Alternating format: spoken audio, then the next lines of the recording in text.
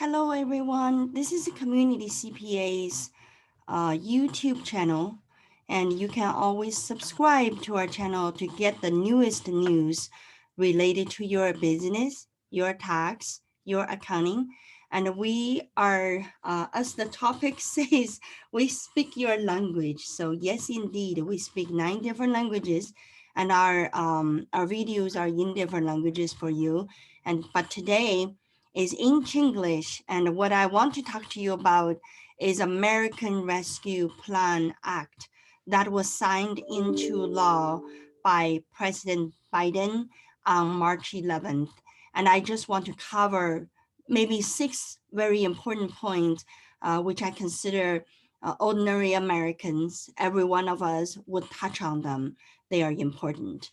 Number one, and the number one change, let me get to my PowerPoint with you. So that way, and you know exactly what I am talking about in case my Chinglish gets heavy and you can still figure out what that means in English.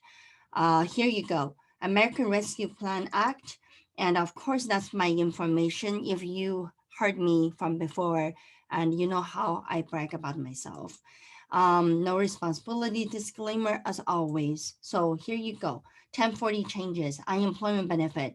The act makes the first 10,200 in unemployment benefit tax-free in 2020, folks, not in any other year. So in 2020, if you received unemployment benefit, and you should have it for free. And let me show you what that looks like. And here you go. I have a sample come up for you. That's Iowa workforce, okay, Iowa. And you have all the other states, and I'm just using this one as example. This is unemployment benefit a person got. And so what the American Rescue Act says is out of that 23,000, 10,200 is not taxable. And you want to follow your state because we all file, most of us, unless you are in the state that state income tax is not a thing. Otherwise, we file federal taxes. We also file state taxes, right? So the federal government give you that for free. You don't need to pay taxes. And you want to make sure that the state is treating you the same. Some states may pass law says that none of them is taxable. And some state may be saying that, no, we don't go for federal, we're taxing you. So you want to make sure you know. And do I have the answer? No, not at all, because the legislature at the state are still working, and most of them have sessions right now. So they're still working on that. This is why I tell folks that, no, we're not ready to file taxes yet because the state legislation is not finalized. And the federal just signed on March 11th. So we're already like a month and more into tax season, right? This year's tax season was late. So that's the first one, a big one for you, right? And then of course the stimulus check you see. I want to just quickly show you the state. See, this is the Iowa bill I pulled up. And so it says that the pandemic and employment insurance is non-taxable, but this is only for House. So don't know about the Senate yet. And I will hear if they pass. So the Senate is still working on it. So it's not becoming a law for Iowa yet. If you file taxes today, Iowa taxes, even though the federal may give you that break, but state is not there yet. So with that delay, that I can only say that you need to delay your tax filing. Of course. So let's go for our other ones on my slides. So my next one is the third round stimulus check. This one, I just want folks to know that if, say if you have a parent on your tax return as your dependent, then you would be getting the $1,400 for the parents unless they have their own payment from Social Security, right? From Social Security, if they get Social Security benefit, they probably will get the 1,400 on their own, but you will have the stimulus check for all your dependents, including your college student. And this is based on 2019 taxes. They give that to you. So if you already filed your 2020, they will use that, but otherwise they use 2019. Okay, so the next one is COBRA coverage. Not everybody has that. I just want to tell you that there is a new extension on here that extended all the way to September 30th, 2021. And the child tax credit, and this is the one that basically increased the amount. So from 2,000 per child to 3,000, and for a child under 60 years, child, okay, 60 years old can still be a child. Trust me, we have seen those. And here, the 6 years old or younger, that's a 3,600. And so this is the article that I got. I copied down from AICPA's website. I trust my professional institution where they give information much more. I felt like they give information more specific. So that's a lot of my knowledge is coming from there, and I give them the credit, right? And see, so here, and so you can see that there is an income limitation.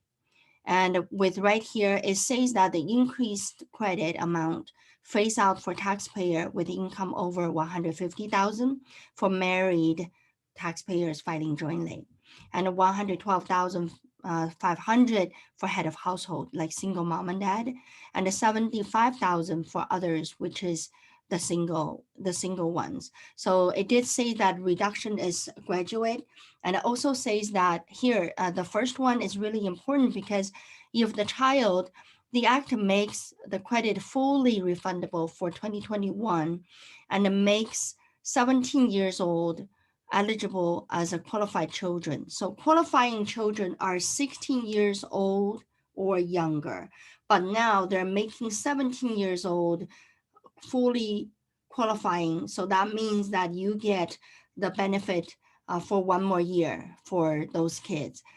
So at the end of the tax year for which you claim as a credit. So this is my kind of my notations for myself. So qualifying child is an age under is a 16 years old or younger. So if you turned 17 years old by December 31st, 2020, then you actually don't qualify for that. So they're saying that it is this fully refundable for 2021. So I think what the language here is to say that if you already filed your taxes, then that would become a 2021 thing. And IRS hasn't really finalized that yet. So I want to make sure that we know what is impacting us, but be sure to wait until Treasury implemented everything. IRS has a clear guidelines for tax preparers. So the tax software company are implementing all of these into the system before you file your tax return. See, this is why I was talking about delaying tax filing. And for all of you, and IRS already said that please don't file amendment yet. They don't know, they are not yet decide on what to do for those already filed tax return now. What? I don't have the answer, but don't file if you didn't file. And the earned income tax credit is another one. They expanded the qualification. So from children from 18 years old, if you're a foster child, starting from 18, if you are a regular child, start from 19, and from 19 all the way to however old you are, and you can get earned income tax credit. So that is an expansion on the amount.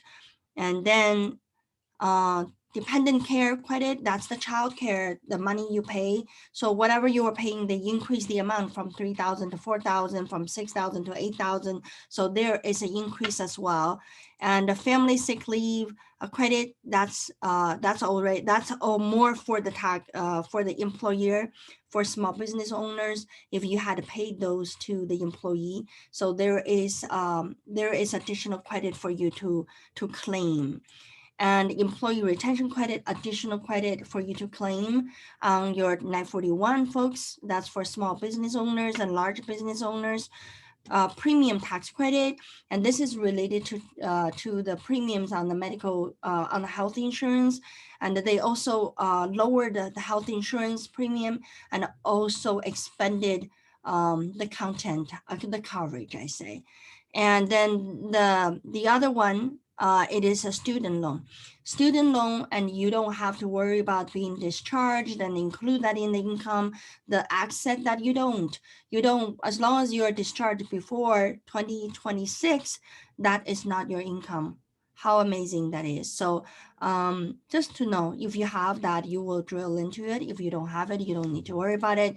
And here, the miscellaneous ones are the one I want to mention is the federal government already said, you know how we got EIDL loan, and the EIDL loan has this grant. The grant is non-taxable, folks. So don't include that in your tax form, right? To be income tax. So those are the things I want to say, that those are the things really already come out from the professional organizations. AICPA has already did the summary. So this is what I was telling you right now. Hopefully I already translated that into a easy to understand language. And my English is simple, so I guarantee you that what I say, you won't misunderstood unless I didn't understand. Otherwise, you understand this correctly. So I'm delivering knowledge just this simple way.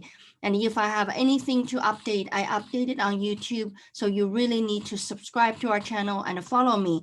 If I am not giving you the right information at that moment, a lot of it is because the clarification was not there. So the understanding is my understanding, and make sure you take my advice with grain of salt. I love that English term. That's how you will learn, and that's how I learn. And I knew knowledge outdates so fast right now, and that's why you need a channel that you can rely on. And do not just come here then hold the knowledge for the rest of the 10 years. It doesn't work anymore, and you don't have the knowledge is no longer sustainable with all these changes going around. So you want to make sure you're always in front of things, and you're always checking on what's going on.